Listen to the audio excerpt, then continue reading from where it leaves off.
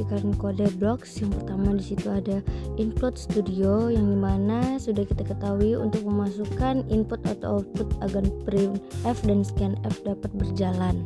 Lalu ada inMain, yaitu titik awal pada suatu program yang berfungsi untuk mengembalikan nilai integer. Setelah itu kita akan menggunakan printf, yang dimana untuk menampilkan output ke layar, dan disitu juga kita menggunakan %n, yang dimana %n juga berfungsi untuk merampikan teks atau bisa juga untuk membuat baris baru yang disebut dengan newline.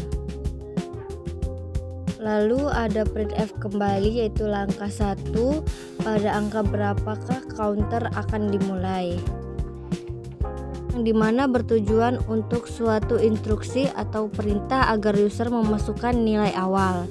Lalu ada scanf, %d, dan start, yang berfungsi untuk membaca nilai awal dari user dan menyimpannya di variabel start. Lalu masuk ke printf langkah kedua, pada angka berapa counter di akhir, bertujuan untuk meminta dan menyimpan nilai akhir perulangan. Dan scanf, %d, dan n digunakan untuk membaca input bilangan bulat dari pengguna dan menyimpan nilai tersebut ke dalam variabel. Lalu printf langkah 3, beberapa kenaikan increments yang Anda inginkan, yang sebagaimana untuk meminta dan menyimpan nilai kenaikan tiap perulangan.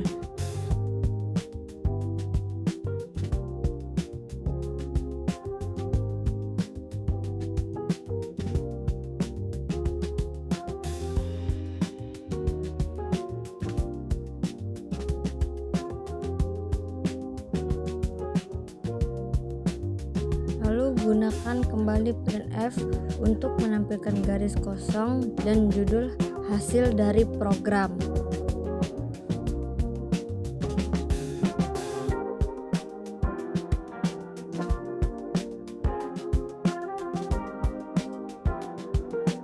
Setelah itu kita masuk for, yang dimana untuk mengulang dari start hingga end dan bertambah increment setiap iterasi.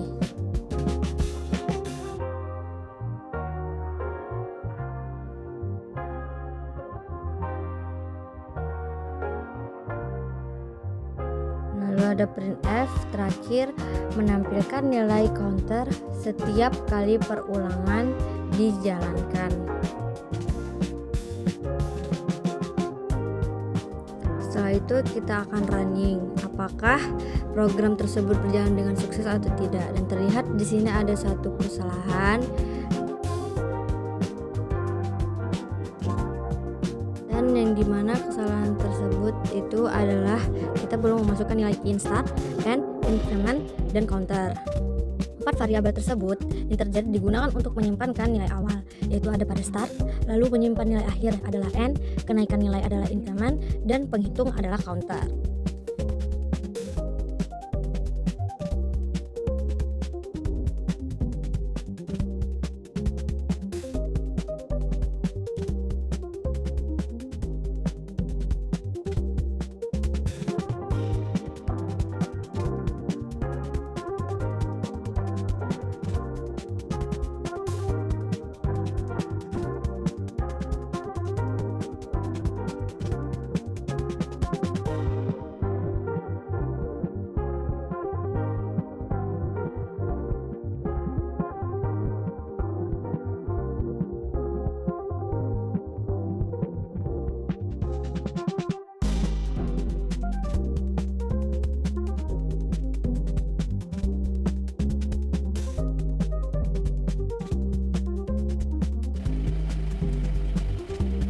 Kemudian kita run kembali, maka kita akan mendapatkan nilai hasil akhir. Kita juga akan memasukkan angka sesuai perintah yang tertera.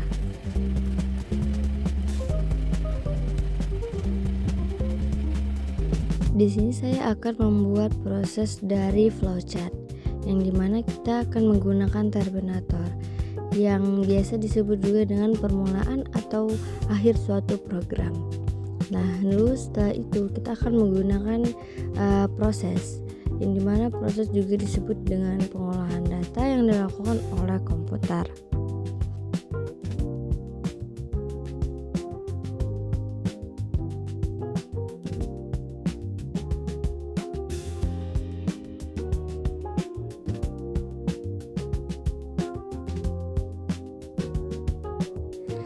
Lalu setelah itu kita akan menggunakan input atau output data yang berfungsi sebagai proses untuk penginputan atau output data yang akan kita masukkan.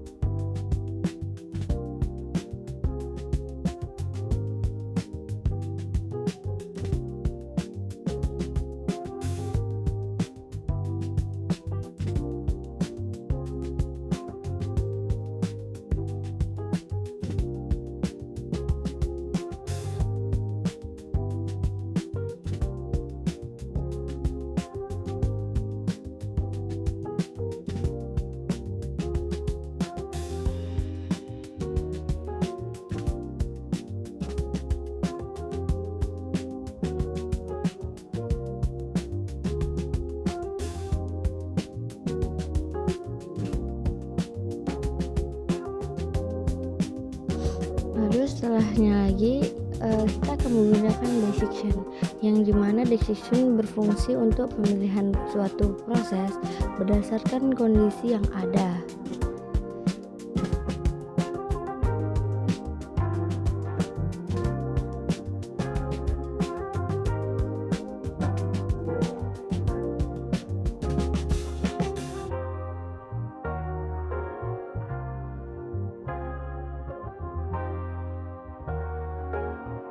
Terakhir kita akan menggunakan terminator lagi, yaitu pemula atau akhir suatu program.